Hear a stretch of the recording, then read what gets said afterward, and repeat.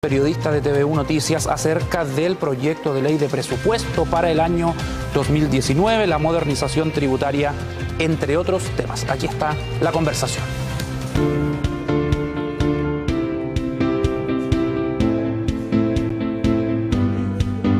Muchas gracias por la entrevista. Partamos por lo más contingente, presupuesto.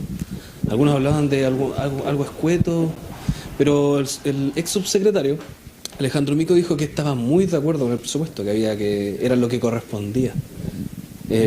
¿Cómo defendemos ese 3,2%? Bueno, básicamente se va a presentar el día de mañana la ley de presupuesto del sector público para el año 2019. Y la verdad es que este es un presupuesto, en primer lugar, realista, que se hace cargo de la situación fiscal que nosotros heredamos a principios de nuestro gobierno y que, por cierto, condiciona de una manera importante la inversión de los recursos públicos, pero al mismo tiempo no deja de comprometerse con los sectores más desposeídos y finalmente con nuestro programa de gobierno. El presupuesto de la Nación es un instrumento de máxima seriedad y requiere que sea tratado como tal. Por lo tanto, la disposición y la instrucción del presidente de la República fue que el sector público debía hacer finalmente una contención de gasto importante para finalmente asegurar el cumplimiento del programa de gobierno. Y lo que nosotros, como Ministerio de Hacienda, nos hemos especialmente preocupado es que quienes hagan la contención del gasto sean justamente los servicios públicos y los ministerios, pero que no tengan ningún tipo de afectación a los programas sociales y a las prestaciones sociales que otorga el gobierno. Difícil discusión en el Congreso, ¿no? La verdad es que, si bien es cierto, nuestro gobierno no tiene mayoría ni en la Cámara de Diputados ni en el Senado, por un estrecho margen, lo que me gustaría recalcar es la disposición de diálogo que ha mostrado no solamente el presidente de la República, sino que por instrucción de él, obviamente, en todos los ministros. Nosotros como Ministerio de Hacienda estamos abiertos a dialogar, abiertos a considerar las buenas ideas, pero también al mismo tiempo tenemos que hacernos cargo de una situación fiscal compleja. No están los recursos que a nosotros nos hubiese gustado. Con esos 5.500 millones de programas que estaban comprometidos y no financiados, con ese déficit estructural del 2% del PIB, obviamente nos vemos finalmente obligados a generar un presupuesto que sea realista, pero al mismo tiempo austero, sin descuidar finalmente nuestros compromisos como gobierno y finalmente a las personas más vulnerables, que son las que nos ocupan desde el punto de vista de nuestro quehacer. ¿Sufren un poco las regiones? El otro día el presidente habló súper poco de las regiones, pero en nuestro caso nos dividimos, ya no somos solo el Biobío, sino que el presupuesto viene para Biobío y Ñuble. ¿Tendremos algún margen para nuevos proyectos o solo serán de arrastre? El compromiso del presidente Sebastián Piñera y su gobierno es profundizar el desarrollo en las regiones. Nosotros creemos en un desarrollo integral y ese desarrollo integral no se logra si no es a través de las regiones. Queremos descentralizar a Chile. Por lo tanto, se están realizando los máximos esfuerzos financieros de modo tal de dotar a las 16 regiones que hoy día tenemos en Chile de los recursos suficientes y necesarios para poder hacer frente justamente a las inversiones de desarrollo local que se requieren. Ya veremos las cifras, seguramente el día domingo vamos a tener la información y esperamos, por cierto, que todas las regiones apoyen esta ley de presupuesto que viene con un incremento, un alza de un 3,2%. Y eso a mí me gustaría destacarlo. Se trata finalmente de un esfuerzo importante del gobierno del presidente Piñera, tomando en consideración la situación fiscal que antes le señalaba, pero renovando finalmente nuestro compromiso con el programa de gobierno, que es finalmente respecto a lo cual las personas, la gente, los ciudadanos nos van a jugar durante nuestro mandato. Esa apertura también al diálogo se hace posible para hablar sobre la modernización de la reforma tributaria, ¿no?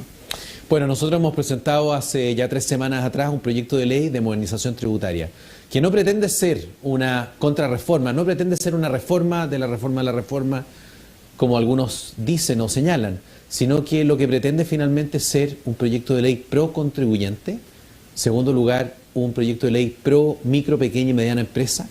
Ellos son finalmente el motor fundamental del desarrollo económico y por otro lado, y lo más importante, que es un proyecto que va a permitir consolidar la ruta de crecimiento económico, de mayor inversión, de mayor productividad y de creación de empleos.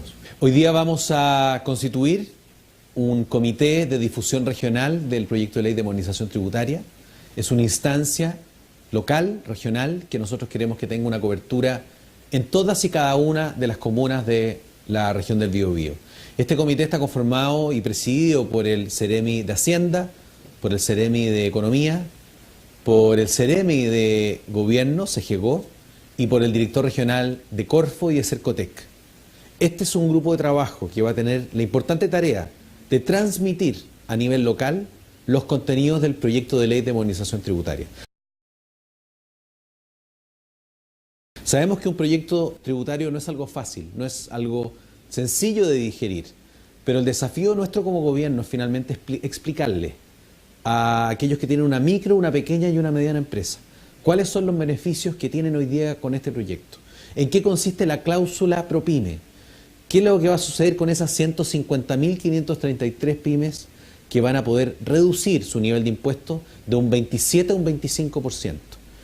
¿Llegamos a la gratuidad universal con lo que recaudamos con la modernización de la reforma tributaria? Bueno, nosotros hemos señalado que el proyecto de modernización tributario, finalmente, tal como nos mandató el presidente de la República, es un proyecto no solamente neutro, quiere decir que no es que no vaya a recaudar más recursos, sino que todo lo contrario, recauda más. Y según nuestras estimaciones, básicamente, por lo que significa el uso obligatorio de la boleta electrónica, llegaríamos a 1.100 millones de dólares, pero al mismo tiempo con las rebajas, que significa integrar el sistema tributario en Chile, finalmente en régimen este es un proyecto que va a otorgar al fisco, y eso a todos los chilenos, la cantidad de 428 millones de dólares anuales. Creemos que es un proyecto en ese sentido que es muy visionario, porque moderniza y simplifica el sistema tributario, lo hace más amable, hace y permite finalmente que las personas, que los contribuyentes, puedan también tener un sistema justo, con especial cuidado en la equidad horizontal, que ante cantidades iguales se generen los mismos impuestos correspondientes. Por lo tanto, aparte de eso, el hecho de contar con más recursos nos va a permitir direccionar aquellos dineros que necesitamos para nuestros programas sociales y para el mundo más vulnerable. Finalmente, ¿las empresas deberían tributar en las regiones donde operan? Porque los impuestos son a un global, pero el tributo... Bueno, nosotros tenemos un sistema en ese sentido a nivel nacional y los distintos impuestos que se generan van al gobierno central. Sin perjuicio de ello, hay que reconocer, el ministro Larraín ya lo ha señalado, de que hay disposición a estudiar, más que impuestos o tributos regionales, poder tener una buena legislación de rentas regionales, especialmente considerando en los desafíos que se van a venir en los próximos años, de cómo los gobiernos regionales finalmente van a ser conductores de su propio desarrollo, en una coordinación, obviamente, con el sector central, pero haciéndose cargo también de las realidades locales. En eso estamos abocados, va a ser un tema sin lugar a dudas durante la tramitación del proyecto de ley de modernización, pero bajo la perspectiva de las rentas regionales, que es algo mucho más potente que generar los impuestos específicos que se han comentado. Ok, muchas gracias por la entrevista. Muchísimas gracias a ti.